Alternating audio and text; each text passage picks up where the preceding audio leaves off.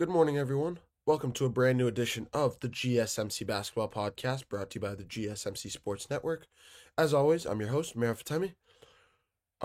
We got a packed show lined up for you guys today. It's kind of an interesting one because this is honestly the first playoff podcast we've had in a while. Well, first playoff podcast where we didn't have a game last night. We had no games. And this is probably the first time in months that we've done a podcast when there's been no games. So this is a little bit of an interesting one, but I hope you can bear with me here. We're gonna do some. We're gonna look back in the past, look into the future, and we'll just let's get the show on the road. Starting off the top of the show, we're gonna talk a little bit about the WNBA. Actually, we're gonna discuss the Caitlin Clark Angel Reese situation. Obviously, we saw Caitlin Clark get a flagrant foul 2 nights ago, and honestly, it was a little bit of a shocking call. We have a lot to discuss there. How the foul transpired, what happened in the aftermath, and just like analyzing and seeing what actually transpired in that play to warrant a flagrant foul. From there, we're going to discuss the state of the New York Knicks. Is this the New York Knicks' best opportunity to win a championship since 1971? Is it really? Well, I mean, 1971 was the last time they won a championship, but this is a New York Knicks team that's honestly firing on all cylinders right now. They've already shocked the NBA, getting past the Detroit Pistons, getting past the Boston Celtics, and now they're sitting in the Eastern Conference Finals, waiting for Game 1 against the Indiana Pacers tomorrow night. But we'll discuss everything about the New York Knicks there. Of course, we have to preview Game 1 between the Thunder and Timberwolves later tonight. We'll take care of that. Obviously, Anthony Edwards versus Shai Gilgeous-Alexander. We have a lot to discuss in that segment. And then the last two segments, we'll discuss a little bit about the Indiana Pacers. Do they have the talent to knock off the New York Knicks? And of course, to close out the show, I might actually leave the last segment as a mystery, just because it's a little bit of an interesting one. So I'll leave it for the end, and we'll discuss. I'll leave it as a surprise for the end. But before I move any further, I'd like to remind you guys to please like and follow the show for more GSMC Sports Network content. Also, we get a number of questions from viewers that come in during the show. So to ensure that your question gets read on air, I ask you use the tips and donations link at gsmcpodcast.net. This puts your question at the top of the list so that I see it. It also really helps out the show. Again, the link is gsmcpodcast.net for all your questions and comments. But let's get right into it here because this is a packed segment. This really is going to be a packed show. It's a little bit tough to come up with topics this time of year, but, and I say but for a reason. I think I found some interesting ones, so I hope you guys can bear with me. We're going to start with the WNBA, a place we don't usually start with, but a topic that I absolutely should have covered yesterday, and that's my fault. I'll take the hit on that one. I 100% should have talked about this yesterday, but we're here now. It's a new day. Caitlin Clark versus Angel Reese. We saw them going at it, and I think it was 3 minutes left in the third quarter. Angel Reese gets the ball in the low post, rebounds the ball in the low post, kind of goes over the back of the defender, goes over the back of the defender to get the rebound. And Caitlin Clark is standing right next to her saying, how is this not a foul? Caitlin Clark puts matters in her own hands, sees her teammate down, just goes to rip the ball for to get a steal. Whether you want to call it harsh, whether you want to call it a little bit too physical, whatever you want to call it, it was pretty much just a rip at the ball. You can literally see her going for the ball, and Angel Reese falls to the floor. You would think it's just a normal basketball play. Both players, just star players, they'll go their own way and get ready for the next play, whether it's an inbounds play, offensively, defensively, whatever the case may be. Nope. Angel Reese pops right back up and goes right at Caitlin Clark, saying that was pretty much just explaining how, calling it a dirty play. Caitlin Clark has none of it, walks away right towards the bench. Angel Reese tries to grab her arm. Caitlin Clark just walks. Just plain walks away. Well, the ruling of this was eventually a flagrant foul penalty 1 on Caitlin Clark. And we still, to this day, honestly, after reviewing the play multiple times, seeing multiple different angles, it literally just looks like a basketball play. It really does. It looks like Caitlin Clark reaching in to steal the ball or to jar the ball free. And of course, the only problem is it was immediate aftermath after Angel Reese went over the top of her teammate to get a rebound. It would have been in most situations, would have been a loose ball foul. So I understand why Caitlin Clark is saying that. But at the same time, Angel Reese just went over. She grabbed it, pretty much grabbed the defender's shoulder and reached up to get it. It's not like she put an elbow in her neck, in her back, anywhere. She literally just put her arm on her shoulder to grab the ball. It's still a push in the back. It's still an over-the-back foul. But it wasn't the most physical, dirty play that, it was none of that. But regardless, this was a crazy situation. On top of that, if it wasn't for, I think it was Angel Reese's teammate. I'm sorry, I don't know I don't know the names of these players as much, but if it wasn't for Angel Reese's teammate getting between these two players, if you guys go watch the video, I'm trying to explain the video best I can. Go back and watch the video for more clips of what I'm talking about. But if it wasn't for Angel Reese's player getting in between Clark and Reese, Angel Reese would have swung on her. She grabbed her by the wrist, was screaming in her ear, was trying to get her to turn around, and if Caitlin Clark had, it was a right cross to the face. But I think it was really interesting how Caitlin Clark handled this situation. She showed that she didn't like Angel Reese with the way that she pretty much took offense to what Reese did to her teammate on the rebounding attempt. And whether you want to call it dirty or not, I don't think it was a dirty play at all.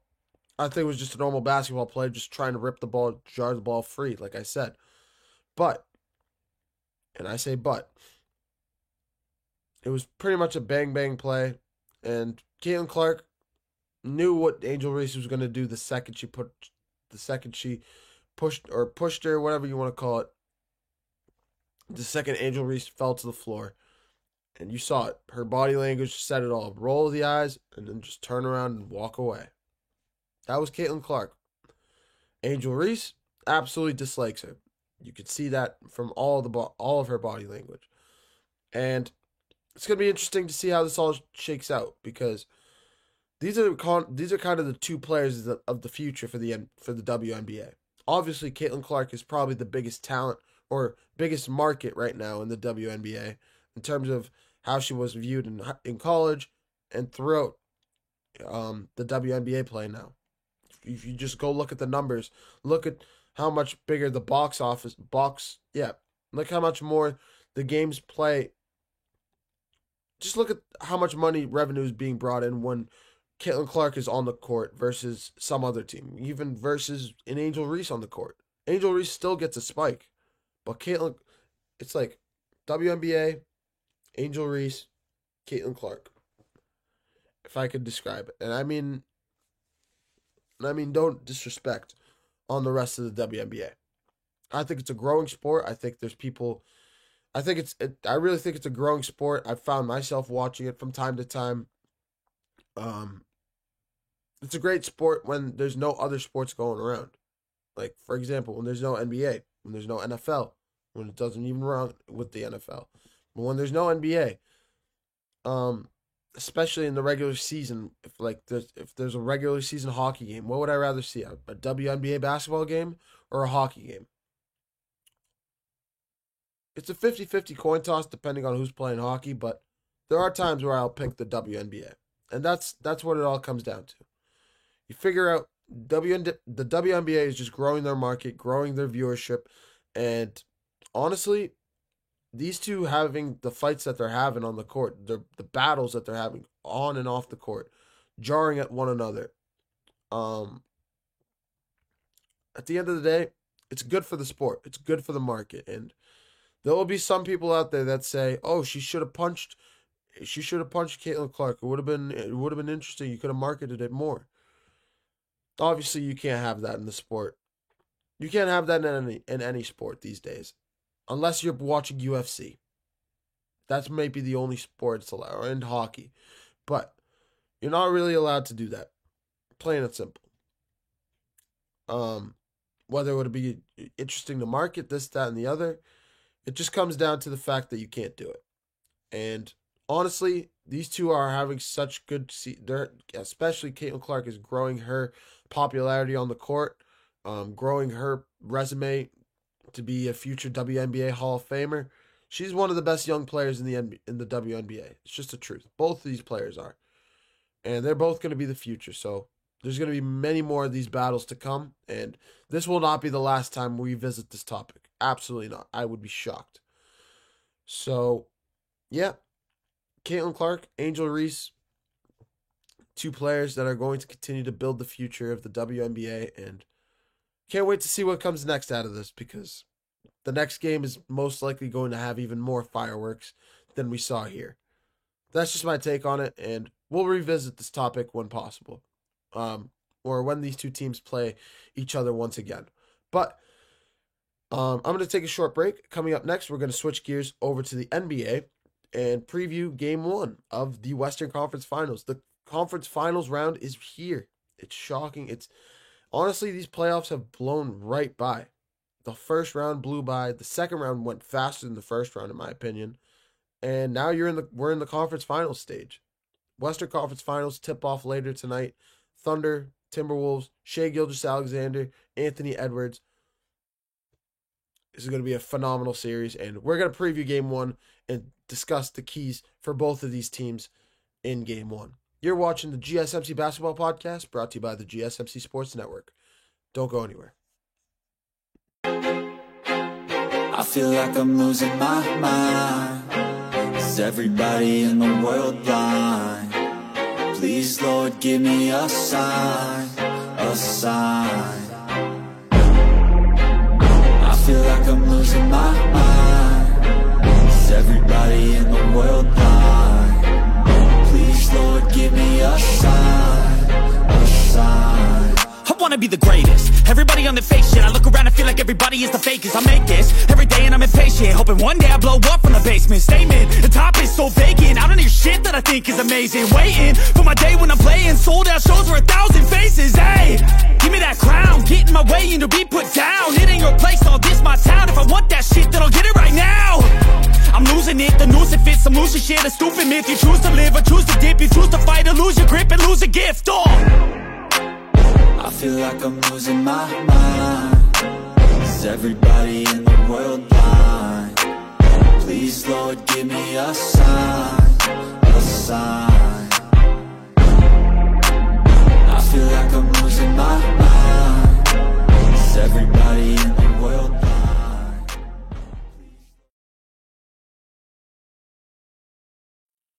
Good morning, everyone. Welcome back to the GSMC Basketball Podcast, brought to you by the GSMC Sports Network. As always, I'm your host, Meher Fatemi. Getting into our next segment here, we're going to preview Game 1 of the Conference Finals, the Western Conference Finals specifically, because the Conference Finals are officially here. We're about a month into these NBA playoffs. Shocking how quickly this month has gone by. Like I said a month ago, this is the best time of year, and the time just starts flying by the second these playoffs start. We have the NBA and NHL coinciding. Obviously, this is an NBA podcast, so I'm going to stick to my sport of basketball, but if you guys are not watching the NHL playoffs, tune in. They're phenomenal as well. It's just unbelievable sport. This is an unbelievable time of year, but this month has flown by, and it's time for the conference finals, the Final Four of the NBA. Game 1 between the Oklahoma City Thunder and Minnesota Timberwolves. Game 1 kicks off later tonight in what is going to be a phenomenal series. And I mean it when I say phenomenal. This is going to be a phenomenal series. This is going to be one of the best. This is on par for Nuggets, Thunder, Clippers, Nuggets. I'm trying to think of another one. Even Pacers, Knicks was a great series. There are a lot of great series in this year's NBA, but in this year's playoffs, but this is going to be up there for one of those best series. But before I move any further, I'd like to remind you guys to please like and follow the show for more GSMC Sports Network content. Also, we get a number of questions from viewers that come in during the show, so to ensure that your question gets read on air, I ask that you use the tips and donations link at gsmcpodcast.net. This puts your question at the top of the list so that I see it, and also really helps out the show. Again, the link is gsmcpodcast.net for all your questions and comments. But let's get right back into it here, because this is going to be one of those longer segments. There's a lot to unpack here, because we have no idea what to expect. These are two teams that have never played each other in the playoffs, and two of the youngest teams in the playoffs. You have Anthony Edwards on one side with Rudy Gobert, Julius Randle, Nickeil Alexander-Walker, Mike Conley, Naz Reid. I'm missing one, and I can't remember his name. Jaden McDaniels, sorry. Jaden McDaniels, how am I forgetting your name? You're one of the best wing defenders in the NBA. That's the Timberwolves. On the Thunder side of things, you have Lou Dort, Shai Gilgeous-Alexander, Jalen Williams, Chet Holmgren, Isaiah Hartenstein. These are two squads, absolute squads, that are going to go to war in this series. I think this is easily a 7-game series, and it's going to be a phenomenal series. Really going to be a phenomenal series. We'll start with the Thunder side of things. For the Thunder in this series, you have to, if you can recreate, this is going to be kind of, let me start with this. If you can recreate what you did in Game 7, this series might be over in 5. Because there's one thing the Timberwolves get exposed for time and time again, when their offense gets inconsistent, and that is their shooting, or that is their offensive flow. That is their turnovers. That is their inability to pass the ball and get their guys open open for open shots. Plain and simple. I think if you're the Thunder, you have to attack that fact. You have to get after them in the first quarter. You have to take control of the game offensively and just lock down defensively. Slow down and just slow down this Timberwolves offense. That's the defensive game plan. For offensive game plan, there's different ways to slice it. First of all, Shai has to be the best player in this series if the Thunder want to win. If Anthony Edwards is the best player in this series, I don't think the T-Wolves can lose, because I think the T-Wolves have more experience and have I think they have more reliable scorers on their team. More guys with playoff experience and more reliability, more veterans on the team as a whole. I think if they can get Anthony Edwards going early, Julius Randle will fall into line. Jaden McDaniels will fall in line. Dante DiVincenzo, Rudy Gobert, they will start feeding Rudy Gobert in the interior. And I think Rudy Gobert is going to have a field day against Chet Holmgren. If Nikola Jokic was able to bully Chet Holmgren, what is Rudy Gobert about to do to him? I don't even know. But I think it comes down to the offense of the Timberwolves versus the defense of the Thunder. I think that's where this series is going to be won. Of course, Shai is a big part of it as well, and the Thunder's offense. But, and I say but, the Thunder's offense can get stagnant sometimes. They really can. It doesn't happen often, but I think it can be done. When you have when you have strong wing defenders across the board like the Timberwolves do, when you play physical, you play bully style ball, you play bully ball. You play bully ball. You saw what they did against the Lakers in the first round. In the second round was a little bit of an aberration, just because you're playing against a Warriors team that's hobbled, missing their best player, this, that, and the other. I completely understand it. Anthony Edwards didn't have his greatest series. I think the most points he had in the series was 36 points in Game 3. Outside of that Game 3 and a little bit of the second half of Game 1, He didn't have the greatest series. We've seen him have better series than what he had last round. But if he can drop 43 like he did against the Lakers in Game 3, if he can show up and take over the game offensively, if he can feed the ball to Julius Randle, to Nickeil Alexander-Walker, to Mike Conley, Naz Reid, to get the guys open on the outside for pick and pop shots from 3, if they could shoot the ball like they did in Game 1 against the Lakers, I think the Timberwolves can knock off the Thunder. That is what I'm trying to explain here. I think the Timberwolves, there's a world where this is a tougher challenge for the Thunder than the Denver Nuggets. I think the problem with the Denver Nuggets was they didn't have the depth to keep up with the Thunder. The Thunder, when you have a team that's able to go 8 to 10 guys into your bench casually with no problems and get 6 or 7 guys that go into double figures, multiple guys that have 20 plus points, you're a team to be reckoned with. And unless your opposing team has depth to match with you, you're going to just run them out of the gym eventually. You're going to make them exhausted. You're going to keep fresh legs out there, keep the pace going as fast as possible, go in transition basketball like they love to do, play fast, and just wear and tear on the other team, make the other team exhausted. That's what it felt like the Thunder did to the Nuggets. It was just wear and tear, time after time. Aaron Gordon came out in the press conference and literally said, "I wish we didn't play every other day. I wish we had more than 1 or 2 days rest," because the Nuggets needed it. The Nuggets absolutely needed it in this series. But I think the Timberwolves have the personnel to be able to run with the Thunder. I really think they can. Offensively, defensively, they can match the style of play that the Thunder love to do. I think if there's anyone that's able to do it, I thought it was the Clippers. But honestly, with how the Timberwolves have been playing in these playoffs, I really think it's the Timberwolves. I really think so. But yeah, the Timberwolves now Game 1 later tonight. I think, oh my God, I don't know who to pick in this game.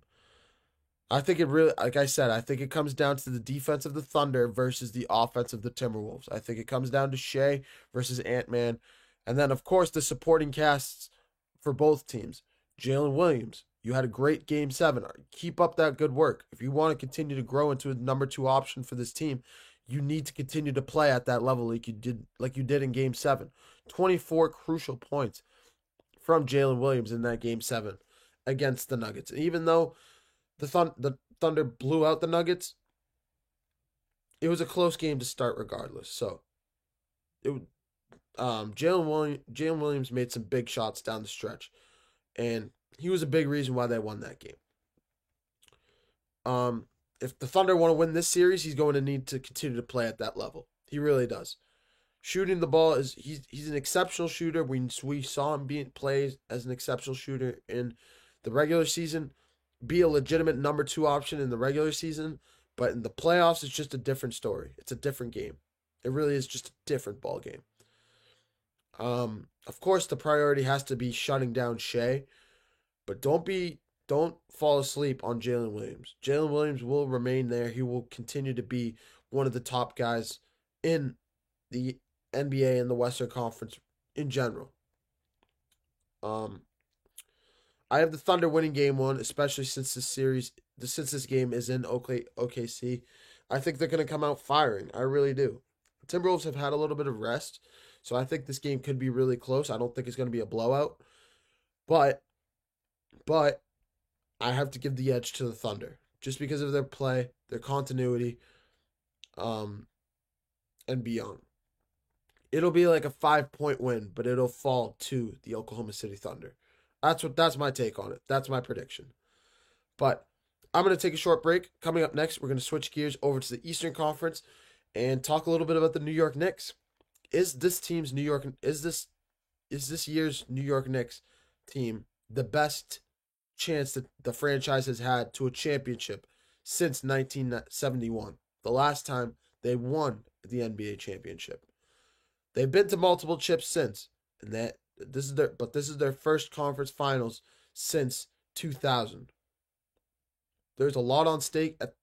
There's a lot at stake here for the New York Knicks, and we'll tackle everything in the next segment. You're watching the GSMC Basketball Podcast, brought to you by the GSMC Sports Network.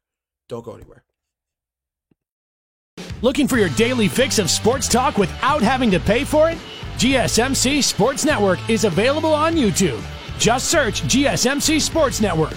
Get your fix of daily sports talk shows on YouTube, absolutely free.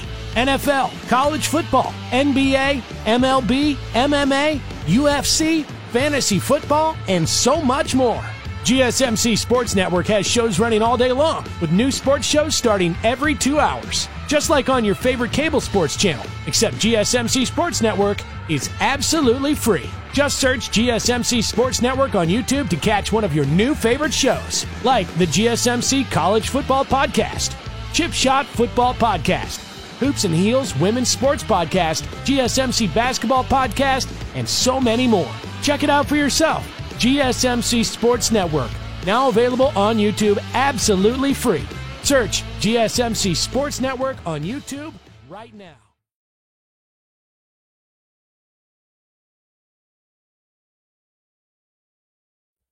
Hello, everyone. Welcome back to the GSMC Basketball Podcast, brought to you by the GSMC Sports Network.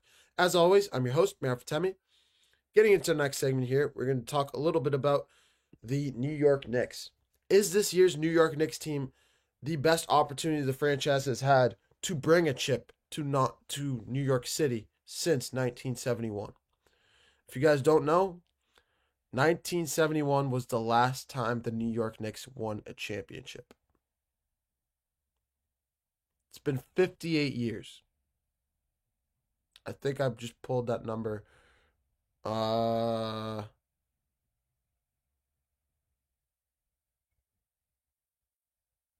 doing quick math. I don't think it might be less than that. 58 years does not sound right, but a long time. It's been 50 plus years since they won the championship. It's been 50 years. It's been 25 years since they found themselves back in the conference finals. And this year, they have found themselves back in the conference finals since 2000. There's no defending champs on the floor. It's a bunch of young guys, a bunch of young teams. Your team, probably outside of the Minnesota Timberwolves, has the most experience in terms of group continuity, most playoff games in general. If you want to talk current experience in terms of getting far into the playoffs, I think those two numbers either go to the Pacers or the Timberwolves, and I'm leaning a little bit towards the Pacers because they have Pascal Siakam on their team, a former NBA champion. But that's not the discussion we're having here. This is about the New York Knicks. This is about talent. This is about grit. This is about grind. This is about New York City. This is a city. This is a place. This is a basketball town that is renowned as possibly the biggest market in the NBA. New York. The New York Knicks. A team that has not seen playoff success to this caliber, like I said, since 1971. You have no defending champs left in across the slate in the Final Four. You have OKC, who's never been to a conference final. You have the Minnesota Timberwolves, who went to their first conference finals last year and got bounced in 5 games by the Dallas Mavericks. And you have the Indiana Pacers, who made their first conference finals last year as a team, outside of Pascal Siakam, and got swept. Regardless of how you want to say they got swept, it was a close sweep, this, that, and the other. Every game was close, whatever. They got swept. They lost all 4 games, 4-0 by the Boston Celtics. And then there's the New York Knicks, led by Jalen Brunson, Karl Anthony Towns in the paint. You have Mitchell Robinson with you. You have OG Anunoby. You have Mikal Bridges. You have a group full of talent, shot making, falling for you against the Boston Celtics. I really think this is the Knicks' best opportunity to bring a chip to New York. Not only because of the competition ahead of you and how you're playing, Well, not because of the way you're playing, but because of the competition ahead of you. Sorry, I absolutely mixed that whole sentence up. But the competition around you is just not there. There's no experience. There is some, but it's minimal. It can be taken advantage of. All of these teams are gaining their experience in the playoffs right now. You have Jalen Brunson, who's not shying away from the spotlight. You have Karl-Anthony Towns, who's showing up and showing out time after time. You have OG Anunoby, who hit big shots against the Celtics. You have Mikal Bridges, who hit big shots against the Celtics. Tom Thibodeau has this team firing on all cylinders right now. Regardless of what you want to say about how he runs his players into the ground, playing them heavy minutes, game after game after game. Regardless of what you want to say, this New York Knicks team looks unbelievable. Really unbelievable right now. And if they can continue to play it the way they are, at the level they are, at the clip that they are, if you're the Knicks, yeah, let's do it. If you're the Knicks, you have to get Jalen Brunson going early in the season, early in this round. Offensively, it comes down to the shot making of Jalen Brunson. As a game as a whole, it comes down to the Knicks defense on the Pacers offense. We have not seen a single team being able to slow down this Pacers offense, and we know that this is not going to be a similar season or a similar playoff round. This won't be a similar series to what we saw with the Celtics. The Celtics missing shots left and right, missing open shots, open threes. The Pacers are not going to miss those threes. We saw in Game 1, they missed, between Game 1 and Game 2, I think the Celtics missed 48 wide open threes.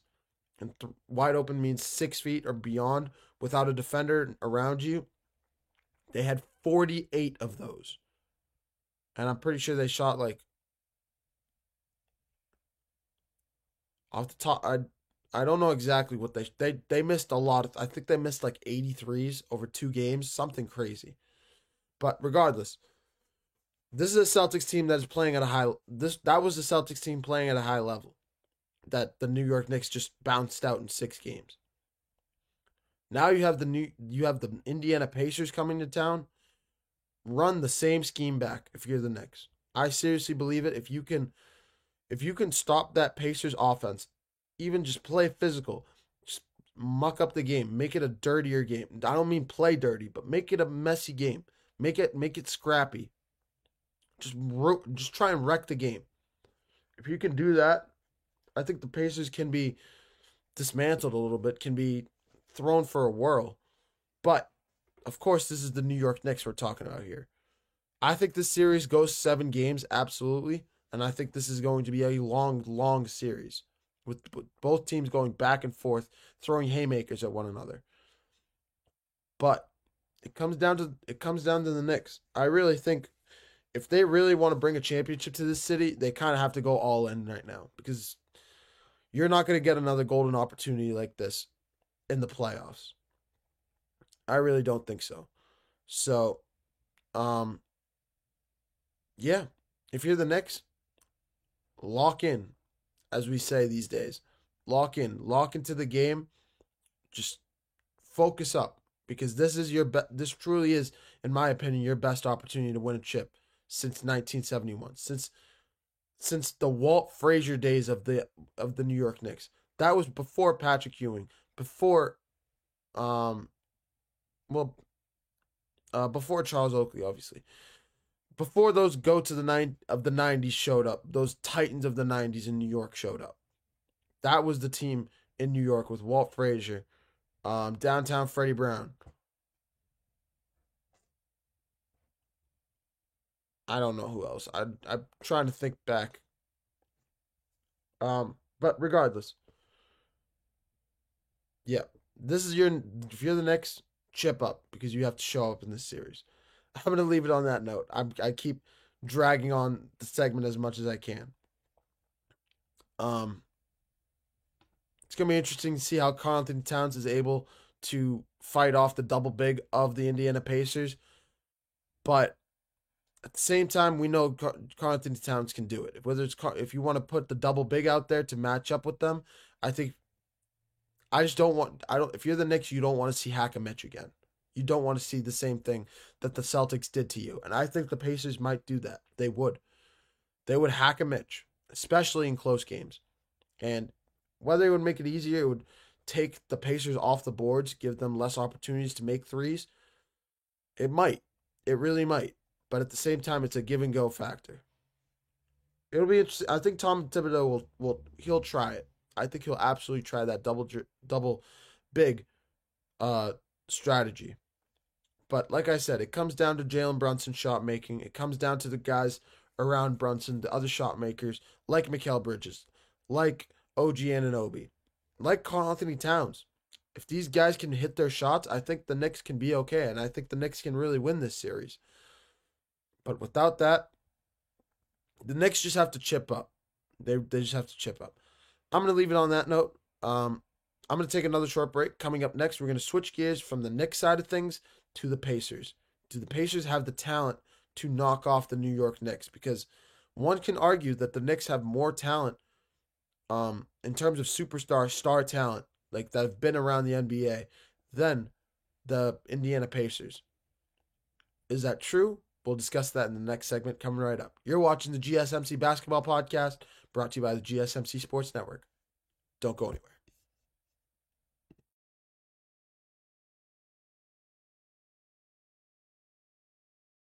For the best and latest podcasts available anywhere, go to the podcast app on your cell phone and type in GSMC to access free content-rich podcasts on health and wellness, book reviews, sports, entertainment, relationships, social media, movies, technology, finance, and even weird news. Subscribe and download the GSMC Podcast Network's family of shows, available everywhere podcasts are found.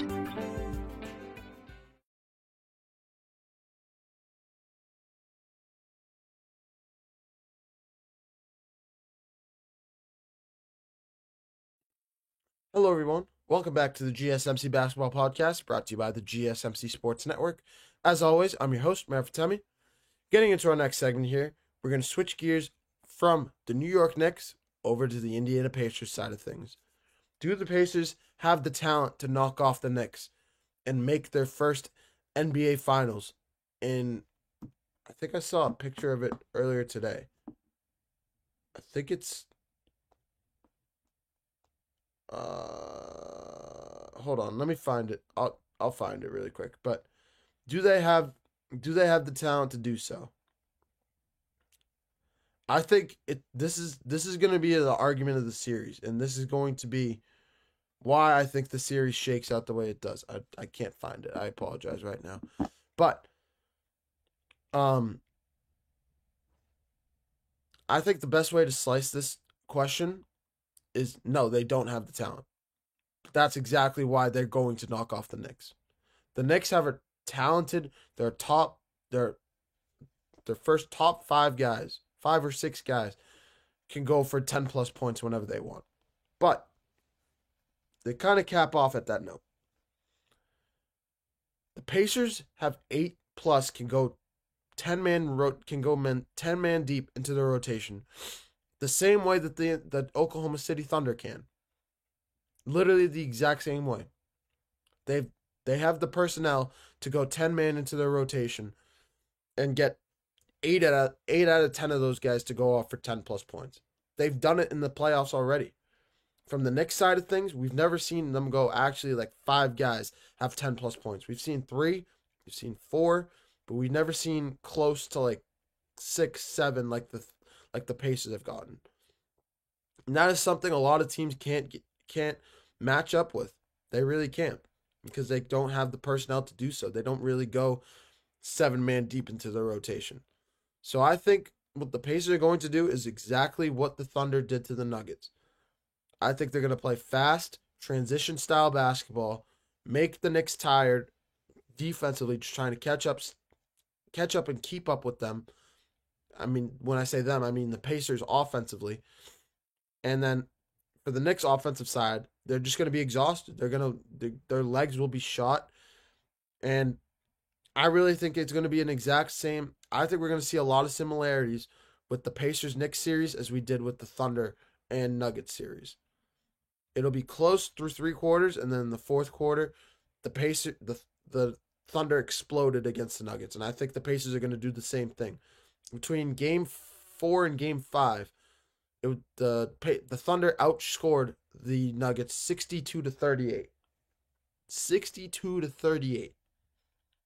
If that happens again, and I wouldn't be shocked if we see a similar standpoint with the Thunder. I'm sorry, I think I have an eyelash in my eye. It's bothering me. But I think if you're the Pacers, you execute that same game plan to a T if you can. I don't think this series is going to come down to talent, whoever wins. And I think the Pacers will win, but I don't think it's going to come down to their talent. I think it comes down to the ball movement. I think it comes down to the shot making. Especially the shot making of the Pacers. The shot making of the Pacers might be the difference maker of this series. We saw the Celtics miss a bunch of shots. In Game 3, they didn't miss them. They shot 50% from 3, 20 for 40, and won the game decisively by over 20 points. Game 6. I'm thinking Game 3 when they did that. Game 5, it was the unselfish nature of the Celtics. Getting Peyton Pritchard going. Getting Luke Cornett was a big part of that win. But specifically, it was Jaylen Brown's 12 assists that got him there. It was Derek White's 34 points that got him there. And you're telling me Jaylen Brown is getting 12 assists in a game against the Knicks?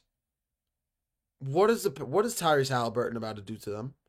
What is Tyrese Halliburton about to do to the New York Knicks franchise? I'm not going to say it again. I've probably said the sentence 3 different times in the last segment. But if the Pacers really can get this done. I really think if they can utilize their double big situation with Pascal Siakam and Miles Turner and focus on getting rebounds, I think they're going to dominate the offensive glass. I don't think Karl-Anthony Towns can do it by himself.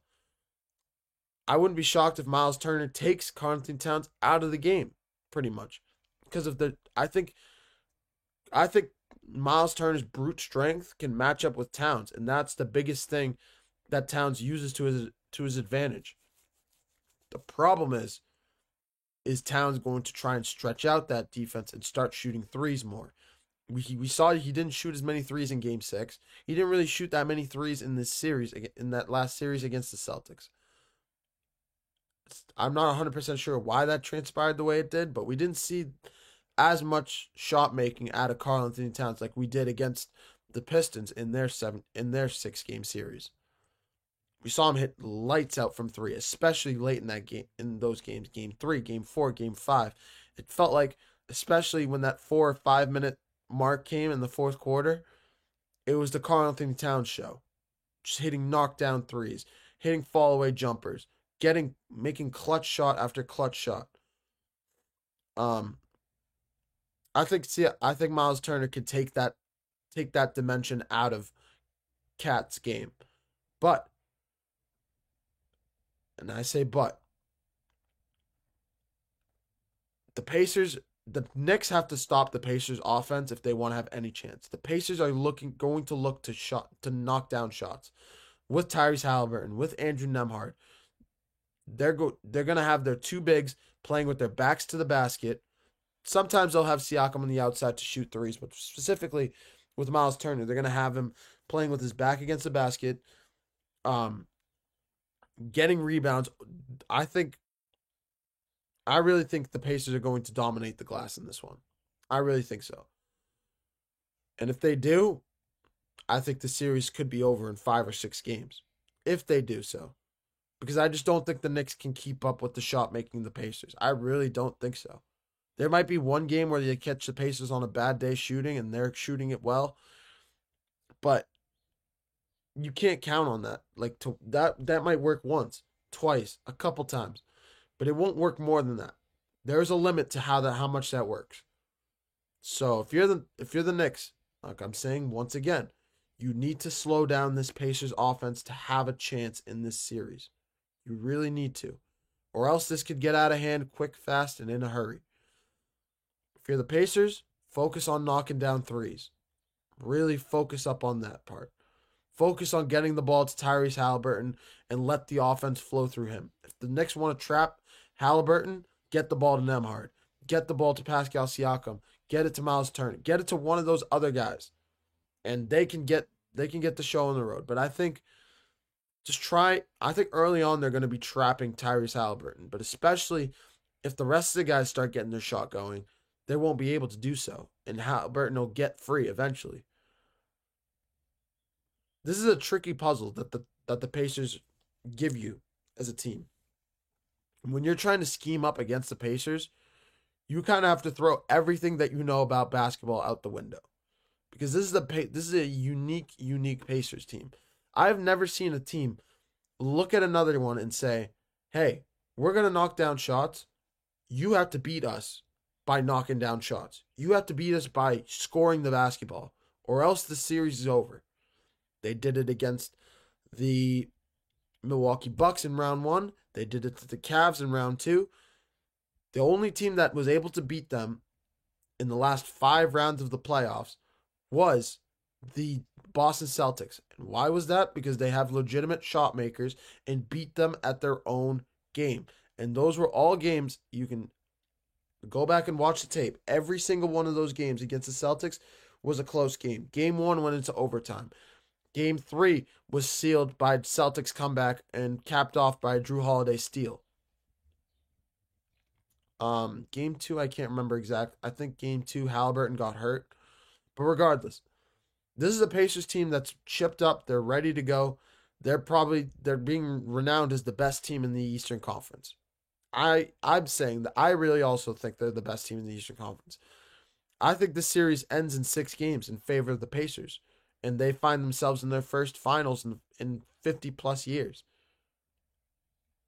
I really think so. If you're the Knicks, you have to defend. You have to figure out a way to stop this Pacers offense. If you're the Pacers, don't overthink it. Don't overthink it. Get the ball to Tyrese Halliburton. Get your guys open for 3. Get Miles Turner to the paint. Miles Turner dominates the offense. Sorry about that, guys. That scared me. But yeah, that's just my take on it. If you're the Pacers, you just, like I said, focus on your shots. Miles Turner getting offensive rebounds and getting extra opportunities at the basket. If you're the New York Knicks, you have to slow down the Pacers offense and focus on your defense. Of course, you need to shoot the basketball, but focus on your defense first and give your offense time to find its rhythm. I'm not the coach of the team, so I don't really know how you're going to scheme up your guys offensively, and that's why I'm saying it's your Achilles heel in this series. But I think the Knicks can win a couple games, at least one or 2 games against the Pacers. They deserve more respect than they get. I just regard the Pacers as one of the best teams in the Eastern Conference. I picked the Pacers to beat the Cavs in the second round. I picked the Celtics to beat the Knicks. But if I had known the Knicks were going to win, I would have picked the Pacers to go to the finals in my bracket. But that's neither here nor there. This series kicks off tomorrow, and we'll have more of a preview for this series in tomorrow's show as well. But I'm going to take one last short break. Coming up next, I said we had a surprise segment coming up next. And I'll say it now. I want to hear I hope you, just so you guys can think about it throughout the break. With the parity of the NBA right now in terms of winning, and when we think of the winning in the NBA, when you think of the all-time list and how important winning championships is, how much of an issue is this new style of winning, this new style of NBA going to be for players trying to crack the top 10, top 15, top 20 of the NBA all-time list? How difficult is it going to be for a guy like Anthony Edwards to get in that list? A guy like Jason Tatum, a guy like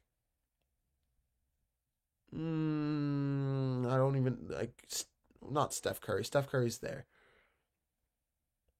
Anthony Edwards, Jason Tatum, Trae Young, these young superstars of the NBA that are well, you'll see exactly what I mean. I know I'm discussing it really badly, but you'll see exactly what I mean because there's a little nugget of information I'm keeping to myself. I'm just I'm walking around the bush right now. But I'm going to take a short break. You're watching GSMC Basketball Podcast brought to you by the GSMC Sports Network. Don't go anywhere.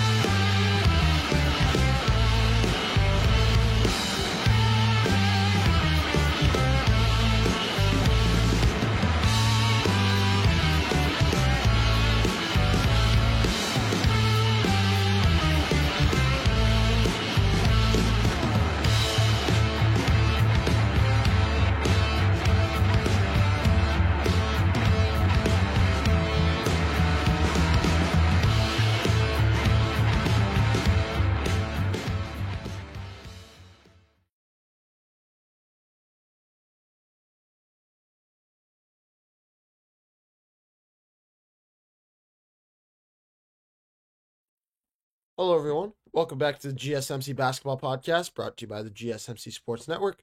As always, I'm your host, Mero Fatemi.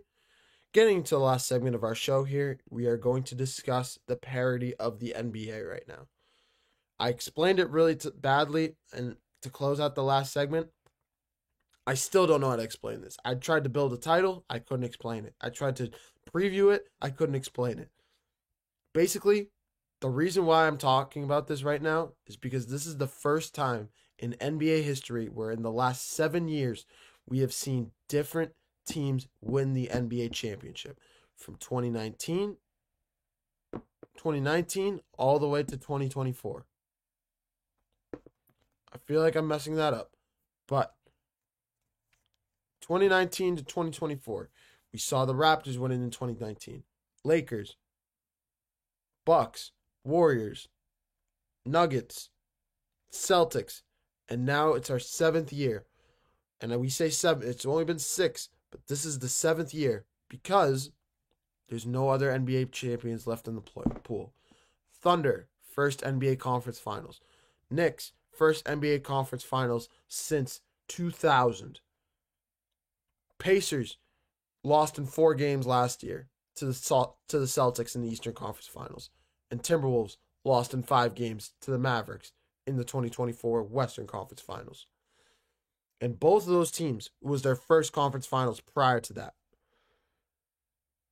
This is the next generation of the NBA in front of our very eyes. This is the turning of the tide. This is the time where the LeBron James of the world, the Steph Currys, the Kevin Durant's, even the Joel Embiid's, the Paul Georges, the Kawhi Leonard's. This is the new time. This is the new day in the NBA. It really is. It really is. The younger generation is showing up and showing out time and time again. And they've made it to the Western. They've made it to each of their respective conference finals now.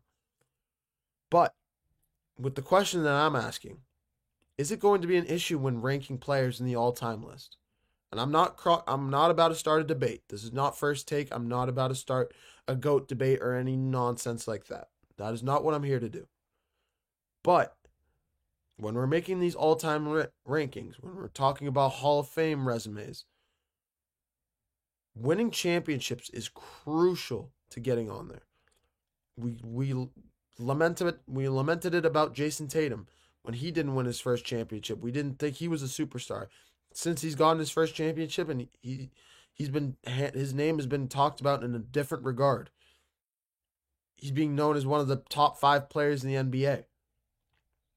So, winning a championship is crucial. You can go to the conference finals as many times as you want. You can go to the playoffs.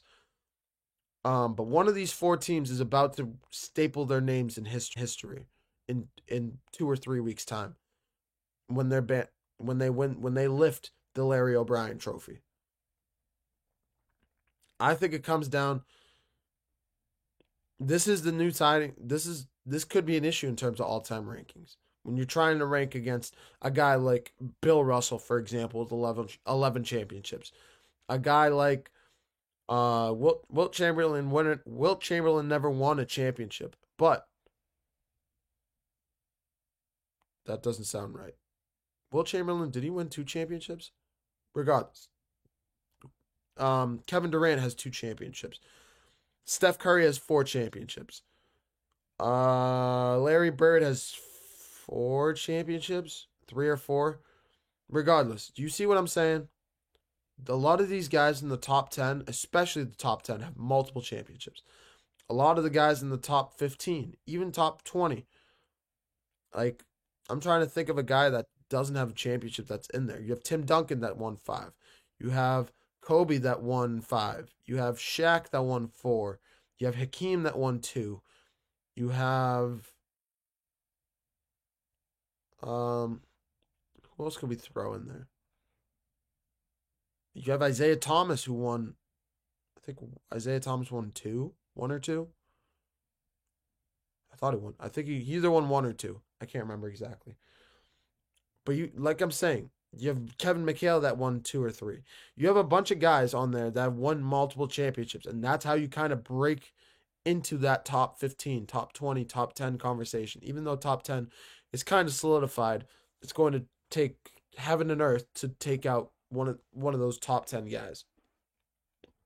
I think the only guy that has an argument to possibly maybe do it is Nikola Jokic, just because of how he's been playing over the last 5 years, winning the multiple MVPs, winning a championship, pretty much carrying that Nuggets team on his back.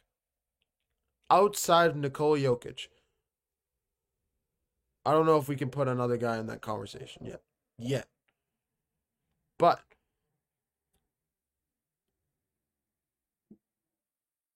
sorry, that's a really loud plane. I just completely lost my train of thought. I'm so sorry. But with the new state of the NBA, I think this new parity could be an issue for teams.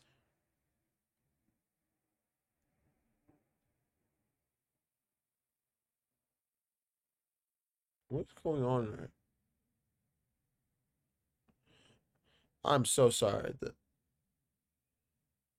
That's really loud.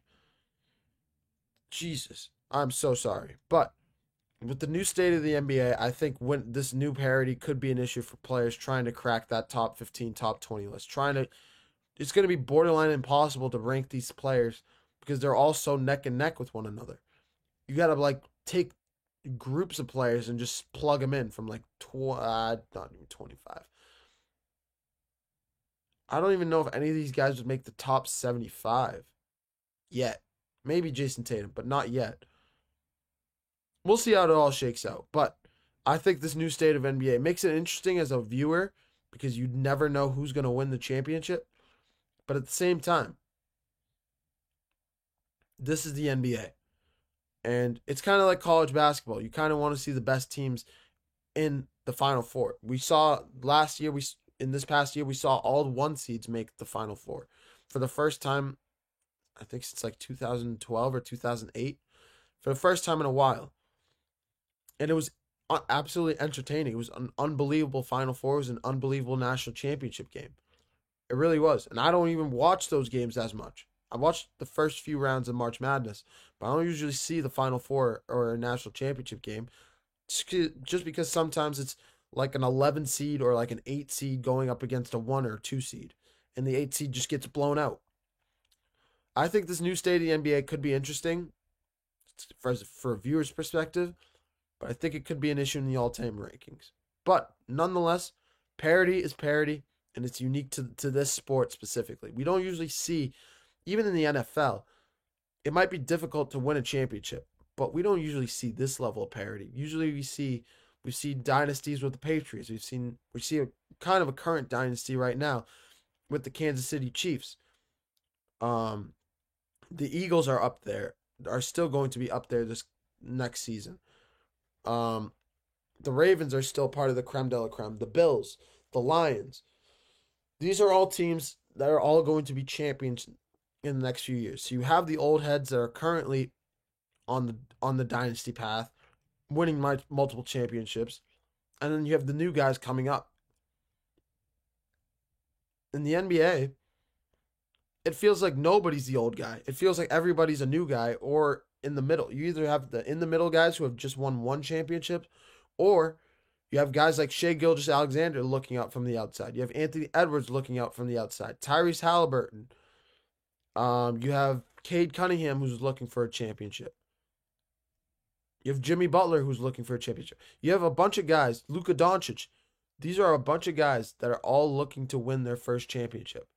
And I think Luka could potentially get into the top 15, top 20 conversation when it's all said and done. But if he doesn't win at least probably 2 championships, I don't think he's going to get to that level. I think he'll get stuck at a 30 or a 25 to 30 range instead of the top 15 to 20 range. I really think so. That's just my take on the state of the NBA right now. And nonetheless, it is still unbelievable to watch. It's still interesting. I still love it to death. I love it to death. But it's new. It's interesting, but it could be an interesting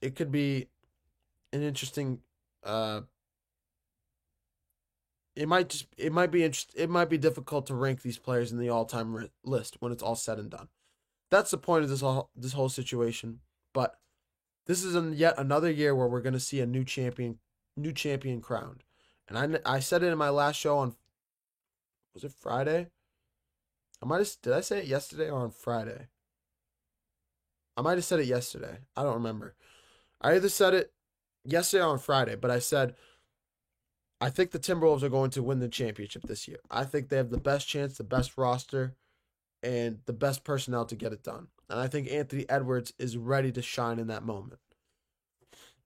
But even if he doesn't, whether it's Tyrese Halliburton, whether it's Jalen Brunson, whether it's Shai Gilgeous-Alexander, it's going to be an unbelievable next few years of the NBA. And I can't wait to see it. But I'm going to put a pin in it there. We got game 1 between the Thunder and Timberwolves later tonight, kicking off at 8:30. Going to be an unbelievable game, unbelievable series, and we have a lot to discuss about. We'll have a lot to discuss about that game tomorrow for tomorrow's show. But thank you guys for tuning into the GSMC Basketball Podcast, brought to you by the GSMC Sports Network. Your support means a lot to us, so please remember to leave a positive review in the comments below. Whether it's positive, whether it's negative, let us know what we're doing well. Let us know what we can improve upon. You guys are a big part of what we do here at the GSMC Sports Network, and your input is greatly appreciated on every single level. Whether it's positive, whether it's negative, we absolutely appreciate anything and everything in terms of criticism you guys can give us. Or at least me specifically, but I think a lot of people would echo that statement. For more content and updates, remember to follow us on TikTok, Twitter, Instagram, and Snapchat. Thank you guys for tuning into the GSMC Basketball Podcast.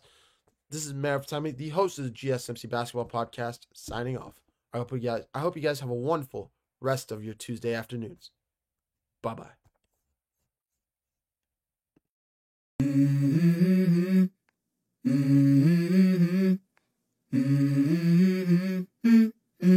Let's go. I wake up to a little bit of drool on my pillow, feel like it's gonna be a bad day.